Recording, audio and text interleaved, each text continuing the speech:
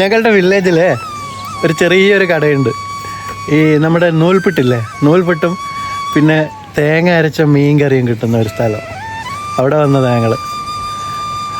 അവിടെ വന്നിട്ട് ബ്രേക്ക്ഫാസ്റ്റ് കഴിക്കാമെന്ന് വിചാരിച്ചു. ഞാൻ കാണിച്ചു തരാവാ. സത്യത്തിൽ ഞങ്ങളുടെ വില്ലേജിൽ ഒരു മരണം നടന്നിട്ടുണ്ടായിരുന്നു. ഞങ്ങളുടെയൊക്കെ ഒരു ഫ്രണ്ടിൻ്റെ മകനാണ്. വലിയ പ്രായമൊന്നുമില്ല. പെട്ടെന്ന് അറ്റാക്ക് വന്നിട്ട് മരിക്കുകയായിരുന്നു. അപ്പോൾ അതിൻ്റെ ആ ചടങ്ങിന് വേണ്ടിയിട്ട് പോകണം. അതുകൊണ്ട് വീട്ടിലൊന്നും ഉണ്ടാക്കിയില്ല. അതുകൊണ്ടാണ് ഞങ്ങൾ ഈ ബ്രേക്ക്ഫാസ്റ്റ് ഇവിടുന്ന് കഴിച്ചിട്ട് പോകുന്നത്.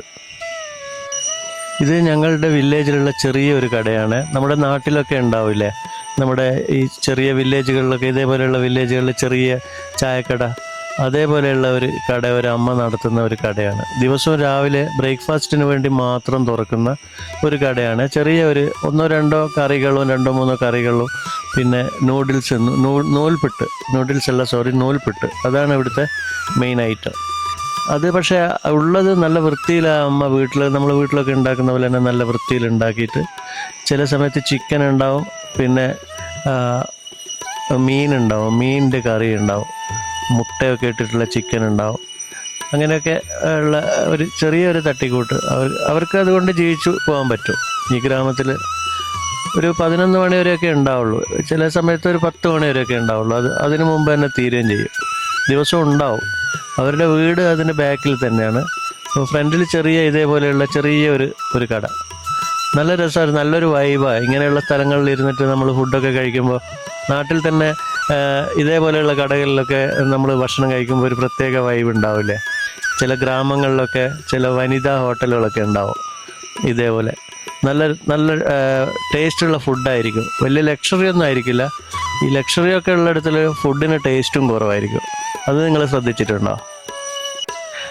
അവിടുന്ന് ബ്രേക്ക്ഫാസ്റ്റൊക്കെ കഴിച്ചിട്ട് ഞങ്ങൾ വണ്ടി കുറച്ച് മുമ്പോട്ടായിരുന്നു പാർക്ക് ചെയ്തത്. അപ്പോൾ അവിടത്തേക്ക് നടന്നു പോകുമ്പോൾ വഴിയിലൊരു വീട്ടിൻ്റെ ഫ്രണ്ടിലായിട്ട് റോസാപ്പൂക്കൾ ഉണ്ടായിരുന്നു. അതാണ് നോങ്ങ് അതിനെ വാസനിച്ച് നോക്കുന്നത്. അതേപോലെ ഇവിടെ നമ്മുടെ നാട്ടിലൊക്കെ പപ്പായൊക്കെ പഴുത്ത് വരുമ്പോഴേക്കും നമ്മൾ അത് ഉപയോഗിക്കില്ല, എന്തായാലും പറിച്ച് ഉപയോഗിക്കില്ല. ഇവിടെ ഇതേപോലെ റോഡിൻ്റെ സൈഡിലും ഈ ഫാമിലൊക്കെ പല പറമ്പുകളിലും പല ലാൻഡിലും ഇതേപോലെ പപ്പായൊക്കെ വെറുതെ ഇങ്ങനെ കിടക്കുന്നുണ്ടാവും. ആരും അങ്ങനെ ഉപയോഗിക്കുകയൊന്നും ചെയ്യില്ല. ചില സമയത്ത് ഞങ്ങൾ കാണുമ്പോൾ ഇതൊക്കെ പറിച്ചുകൊണ്ട് പോയിട്ട് ജ്യൂസ് അടിക്കുകയും അല്ലെങ്കിൽ അല്ലാതെ തന്നെ പഴുത്ത പപ്പായ കഴിക്കുകയൊക്കെ ചെയ്യും. പലരും കഴിക്കും, പലരും കഴിക്കില്ല. ഇതുപോലെ നമ്മൾ വില്ലേജിൻ്റെ ഉള്ളിലേക്കൊക്കെ ഇങ്ങനെ വന്ന് യാത്ര ചെയ്യുമ്പോൾ, ബൈക്കൊക്കെ എടുത്തിട്ട് യാത്ര ചെയ്യുകയാണെങ്കിൽ നമുക്കിഷ്ടം പോലെ ഇതേപോലെ പപ്പായ, പിന്നെ മാങ്ങയുടെ സീസണൊക്കെ ആണെങ്കിൽ മാങ്ങ, പിന്നെ ലെമൺ, പല വിധത്തിലുള്ള പച്ചക്കറികൾ, ഇതൊക്കെ ഉണ്ടാവും. അതൊക്കെ നമുക്ക് ആവശ്യമുണ്ടെങ്കിൽ എടുത്തു കൊണ്ടുപോകുന്നതിലൊന്നും യാതൊരു പ്രശ്നമില്ല. ഇപ്പം തന്നെ കാങ്ങ് കാണിക്കുന്നത് കണ്ടില്ലേ, കോവൊക്കെ അവിടെ നിറയെ ഉണ്ടായിരിക്കുന്നു ആ മരത്തിൽ.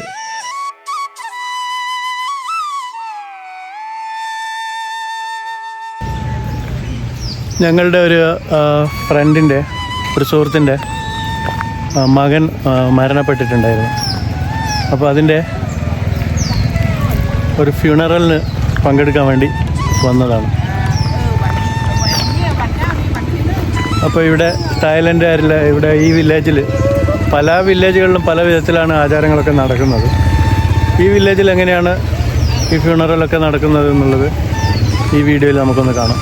ഇവിടെ വലിയൊരു ലേക്ക് ഉണ്ട്. അതിനകത്ത് നിറയെ മീനുകളാണ്. ഇതുണ്ടോ, എത്ര ലക്ഷക്കണക്കിന് മീനുകളുണ്ടാവും, പല വെറൈറ്റി മീനുകളും. വലിയൊരു ലേക്കാണ്. വളരെ ഭംഗിയുള്ള അതിമനോഹരമായിട്ടുള്ള ഒരു സ്ഥലത്താണ് ഈ ഒരു ടെമ്പിള് സ്ഥിതി ചെയ്യുന്നത്. ഇവിടെ മൊണാസ്ട്രി ഒക്കെ ഉണ്ട്. ഇത് ഒരു ബുദ്ധമത വിശ്വാസിയാണ് ഇപ്പോൾ മരണപ്പെട്ടിട്ടുള്ളത്. അവരുടെ ടെമ്പിളും അവരുടെ മൊണാസ്ട്രിയൊക്കെയാണ് ഇവിടെ ഉള്ളത്. അപ്പോൾ ഞങ്ങളിവിടെ വന്നപ്പോൾ എനിക്ക് കാണാൻ കഴിഞ്ഞത് ഇതേപോലെ എല്ലാവരും വരും, കുടുംബക്കാരും സുഹൃത്തുക്കളും എല്ലാ ബന്ധുക്കളൊക്കെ വരുമല്ലോ.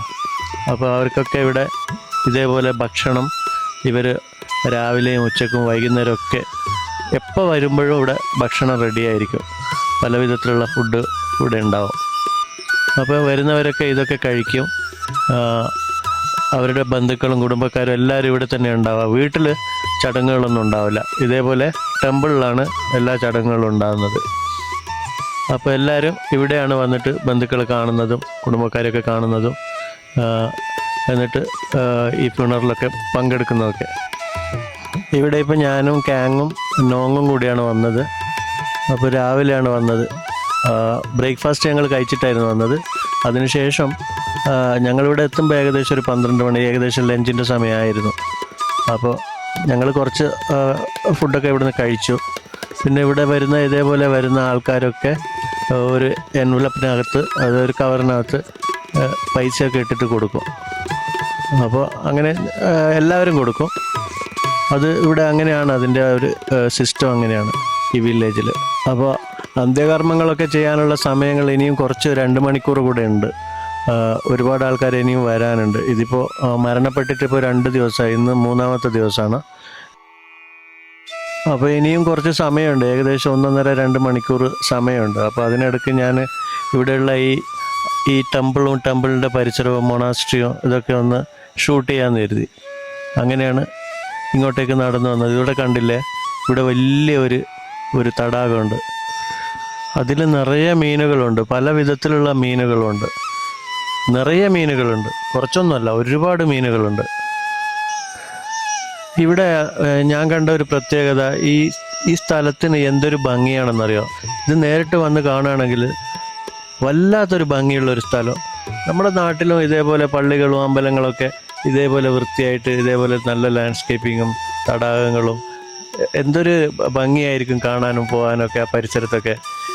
നമ്മുടെ നാട്ടിലെ പള്ളികളിലൊക്കെ മിക്കതും ഞാൻ കണ്ടത് വലിയ കാട് പിടിച്ച് കിടന്നിട്ട് ശ്മശാനത്തിലൊക്കെ നമുക്ക് പോകാൻ പോലും തോന്നില്ല, പേടി തോന്നില്ലേ. ഇവിടെ അങ്ങനത്തെ യാതൊരു പ്രശ്നവുമില്ല. ഇതൊക്കെ ഇവിടെയുള്ള മോങ്കുകളില്ലേ, അവർ താമസിക്കുന്ന ചെറിയ ചെറിയ കോട്ടേജുകളാണ്. ഇതൊക്കെ അവർക്ക് താമസിക്കാൻ വേണ്ടി ഈ മൊണാസ്ട്രിയുടെ വകയായിട്ട് ഫ്രീ ആയിട്ട് നൽകിയിരിക്കുകയാണ്. അവരിവിടെ താമസിക്കുക. ഇവരൊക്കെ കുറച്ച് 3 മാസം 5 മാസം 6 മാസമൊക്കെ ഉണ്ടാവുള്ളൂ. അത് കഴിഞ്ഞാൽ വേറൊരു മൊണാസ്ട്രിയിലേക്ക് പോകും. അപ്പോൾ ഇവിടത്തേക്ക് വേറെ മോങ്ക് വരും. അങ്ങനെയാണ് ഇവരുടെ സിസ്റ്റം ഞാൻ കണ്ടത്. പിന്നെ സ്ഥിരമായിട്ട് നിൽക്കുന്ന ചില മോങ്ങുകളുണ്ടാവും ചില മൊണാസ്ട്രിയിലും ടെമ്പിളിലൊക്കെ. ഇവിടെ ഇതേപോലെ നല്ല വൃത്തിയായിട്ടുള്ള പുൽത്തകിടികളും പിന്നെ ചെറിയ ചെറിയ കച്ചവടക്കാരൊക്കെ നമുക്കിവിടെ കാണാൻ പറ്റും. അതേപോലെ വിശാലമായൊരു പാർക്കിംഗ് ഏരിയ ഉണ്ട്. ഇതുണ്ടോ, ഇതേപോലെയുള്ള കച്ചവടങ്ങൾ, ഐസ്ക്രീം, അതേപോലെ ഫാസ്റ്റ് ഫുഡ് ഒക്കെ കിട്ടും. അപ്പുറത്ത് കാണുന്നത് വേറൊരു ടെമ്പിളാണ്. അവിടെയും ഇന്ന് ഒരു ബോഡി അപ്പുറത്തും അവിടെയും കിടക്കുന്നുണ്ട്. അതും ഇന്ന് അന്ത്യകർമ്മങ്ങളൊക്കെ ചെയ്യാനുള്ള ഒരു ബോഡിയാണ്. അത് വന്നിട്ട് 4-5 ദിവസമായി തോന്നുന്നു. ഇവിടെ നമ്മൾ വന്നിരിക്കുന്നത് ഒരു എന്താ പറയുക, മൃതദേഹങ്ങൾ സംസ്കരിക്കുന്ന ഒരു സ്ഥലം പോലെയല്ല നമുക്കിത് ഇവിടെ വന്നാൽ തോന്നുന്നത്. ഒരു പ്രത്യേക അറ്റ്മോസ്ഫിയർ അങ്ങനെ ഉള്ള എല്ലാവരുടെയും ഫേസ്, മുഖത്ത് അങ്ങനെ ഒരു ദുഃഖമോ കാര്യങ്ങളോ ഒന്നുമില്ല. പിന്നെ എനിക്ക് തോന്നുന്നത്, എനിക്ക് അറിയാൻ പറ്റിയത്, നമ്മൾ ഇവിടെ ഇതേപോലെ ആൾക്കാർ മരണപ്പെട്ട് കഴിഞ്ഞാൽ അവരെന്താണോ അവർക്ക് സന്തോഷമുള്ള കാര്യങ്ങൾ ചെയ്തുകൊണ്ടിരുന്നത്, അതൊക്കെ നമ്മളിവിടെ ചെയ്യുമ്പോൾ അവരുടെ ആത്മാവിന് സന്തോഷം കിട്ടും എന്നുള്ള ഒരു വിശ്വാസം കൂടി ഇവർക്കിടയിലുണ്ട്. പിന്നെ ഇവിടെ ഇതേപോലെ പ്രാർത്ഥിക്കാനുള്ള ബുദ്ധൻ്റെ ഒരുപാട് വിധത്തിലുള്ള പല പ്രതിമകളും കാര്യങ്ങളും ഒക്കെ ഉണ്ട്. ഇൻഡിവിജ്വലായിട്ട് വന്നിട്ട് ജസ്റ്റ് വന്ന് പ്രാർത്ഥിച്ചു പോകുന്ന ആൾക്കാരും ഉണ്ട്. എനിക്ക് ഇതിനകത്തൂടെ നടന്നപ്പോൾ ഒരു പ്രത്യേക ഒരു ഫീലാണ് തോന്നിയത്. ഒരു ശ്മശാനത്തിനകത്തൂടെ അല്ലെങ്കിൽ മൃതദേഹങ്ങളൊക്കെ ദഹിപ്പിക്കുന്ന ഒരു സ്ഥലത്തൂടെ നടന്നതുപോലെയുള്ള ഒരു പ്രതീതി, ഇതും എനിക്ക് തോന്നിയിട്ടില്ല ഇതുവരെ. ഇവിടെ ഈ തടാകത്തിൻ്റെ ഒരു ഭാഗത്ത് ഇതേപോലെ നിറയെ കുറേ പ്രാവുകളുണ്ട്. ഈ പ്രാവുകൾക്കൊക്കെ പലരും ഭക്ഷണങ്ങൾ കൊണ്ടുവന്നിട്ട് ഇതേപോലെ തീറ്റ ഇങ്ങനെ കൊടുക്കുന്നുണ്ടായിരുന്നു.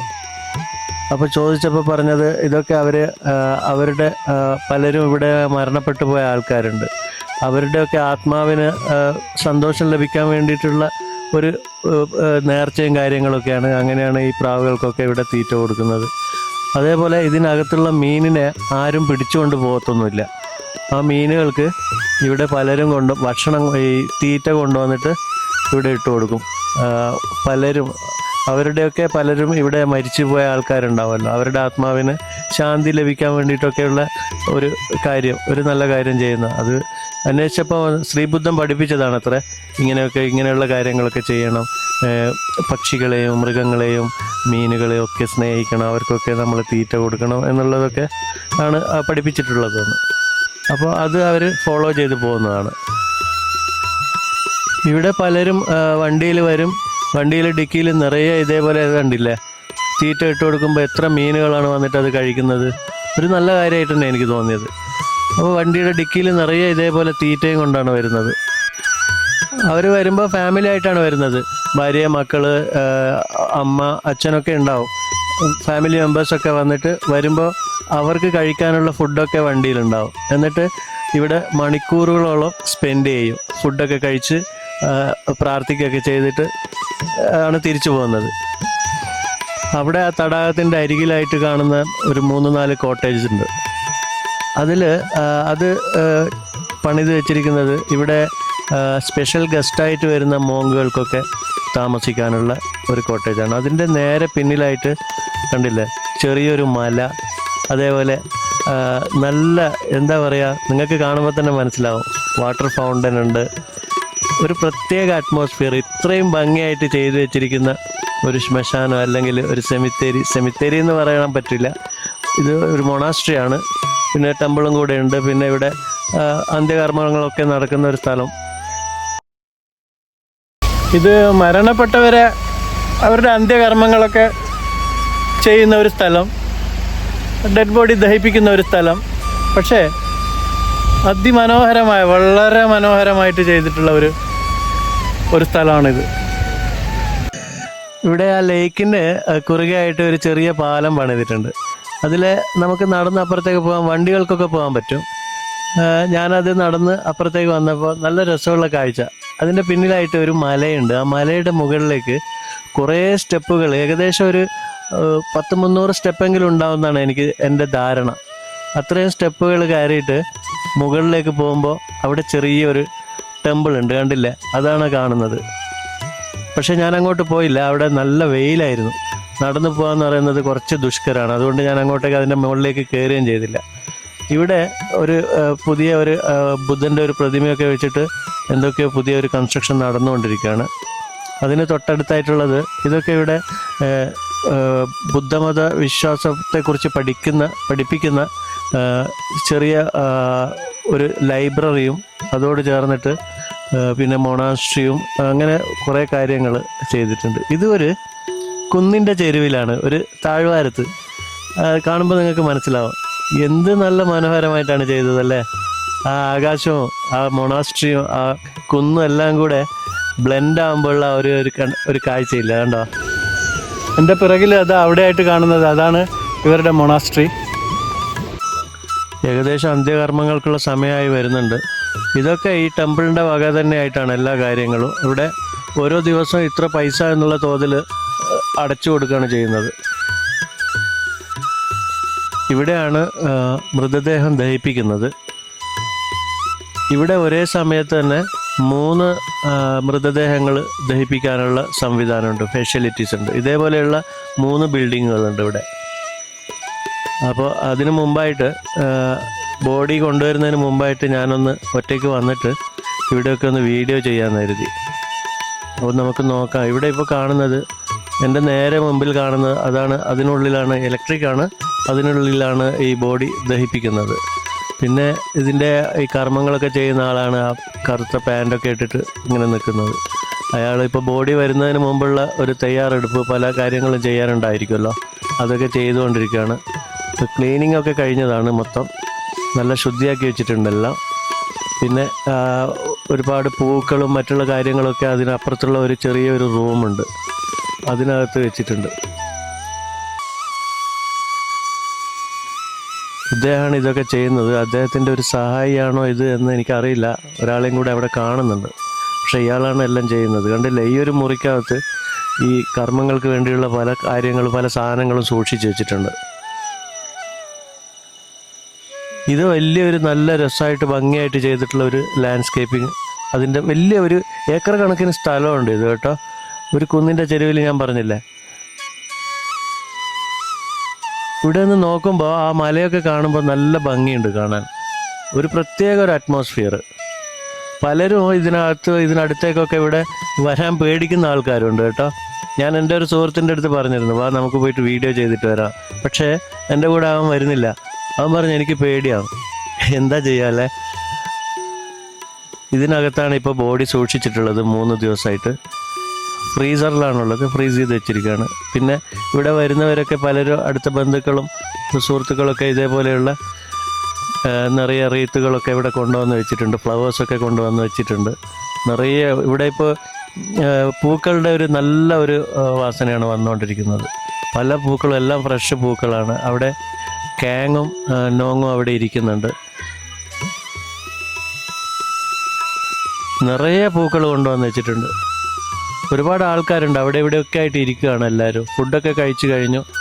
ഈ ഫുഡ് ഇവർ ഈ 3 ദിവസമായിട്ട് ഇവിടെ രാവിലെ ഉച്ചക്കും രാത്രിയൊക്കെ ഇവിടെ നേരം പുലരുവോളം ആൾക്കാരുണ്ടാകും. കുടുംബക്കാരും ബന്ധക്കാരൊക്കെ.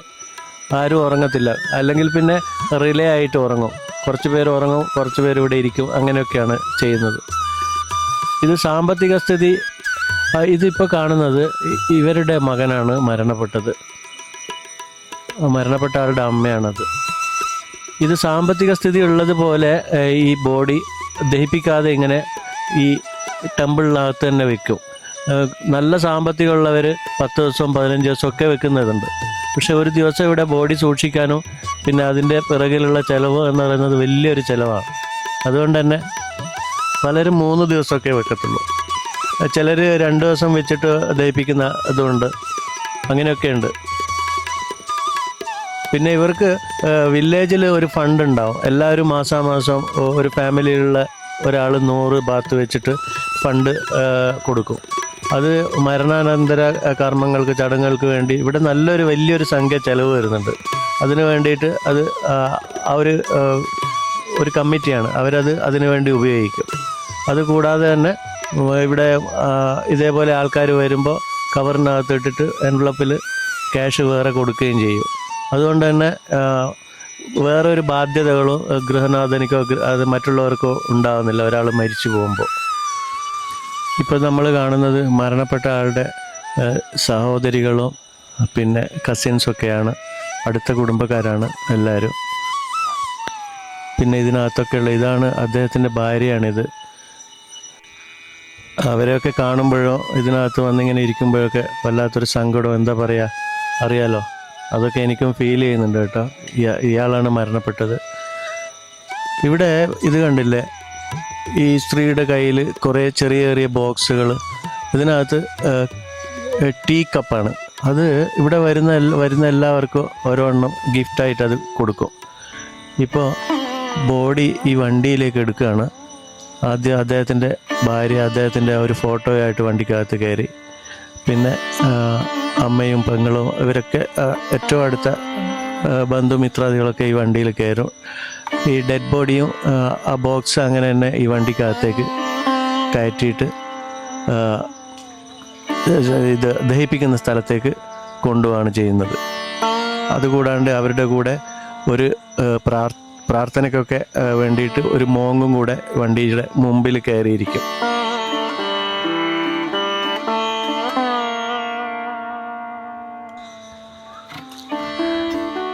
ഇപ്പോൾ ആ മൃതശരീരം ആ വണ്ടിക്കകത്തേക്ക് കയറ്റിയിട്ടുണ്ട്. ആ ബോക്സിൻ്റെ മുകളിൽ നിന്ന് ഒരു നൂല് ആ ബോക്സിൽ കെട്ടിയിട്ട് അതിൻ്റെ ഒരറ്റം ഈ വണ്ടിക്കകത്തിരിക്കുന്ന മോങ്ങിൻ്റെ കയ്യിലേക്ക് കൊടുക്കും. അതിൻ്റെ ഉദ്ദേശശുദ്ധി എന്താണെന്നുള്ളത് എനിക്ക് അറിയില്ല. അങ്ങനെയാണ് ഇപ്പം ഞാൻ കണ്ടത്. അപ്പം നോങ്ങും കൂടെ അതിൽ കയറിയിട്ടുണ്ട് വണ്ടിയിൽ. അപ്പോൾ ഇനിയിപ്പോൾ ആ ബോഡി സംസ്കരിക്കുന്ന സ്ഥലത്തേക്ക് കൊണ്ടുപോവാണേ. തൊട്ടടുത്ത് തന്നെയാണ്. പക്ഷേ അതിന് മുമ്പായിട്ട്, അതിനുള്ളിലേക്ക് ബോഡി കൊണ്ടുപോകുന്നതിന് മുമ്പായിട്ട് ഈ സംസ്കരിക്കുന്ന ഈ ഒരു ബിൽഡിങ്ങിന് ഈ വണ്ടി 3 പ്രാവശ്യം വലയം വയ്ക്കും. ഇത് കണ്ടില്ലേ, ഇങ്ങനെ വലയം വയ്ക്കും 3 പ്രാവശ്യം.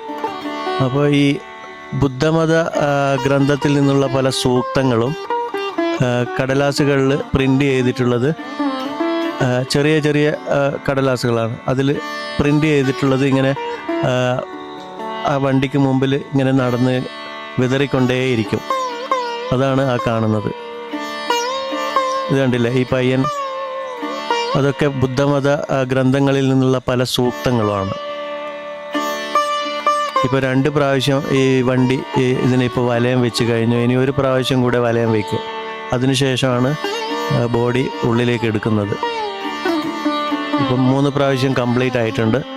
ഇപ്പോൾ ഇനി ഈ ബോഡി അതിനുള്ളിലേക്ക് എടുക്കും.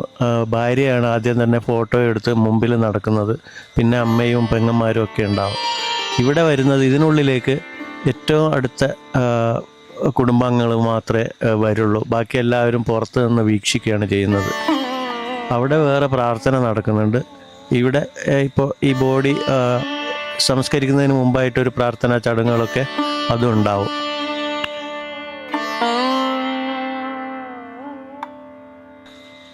അങ്ങനെ ബോഡി അവിടെ കൊണ്ടുവന്ന് വെച്ചിട്ടുണ്ട്. ഇനിയിപ്പോൾ കുറച്ച് സമയം പ്രാർത്ഥനകളോ പിന്നെ അതോടനുബന്ധിച്ചുള്ള കുറച്ച് ചടങ്ങുകളൊക്കെ ഉണ്ടാവും.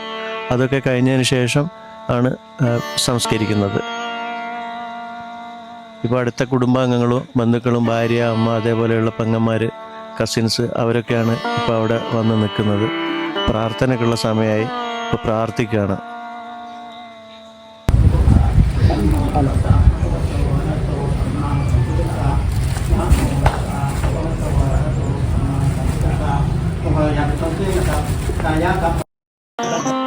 പ്രാർത്ഥനയൊക്കെ കഴിഞ്ഞതിന് ശേഷം ആ ബോഡിയുടെ ആ ബോക്സ്, ആ പെട്ടി ഓപ്പൺ ചെയ്യാണ്.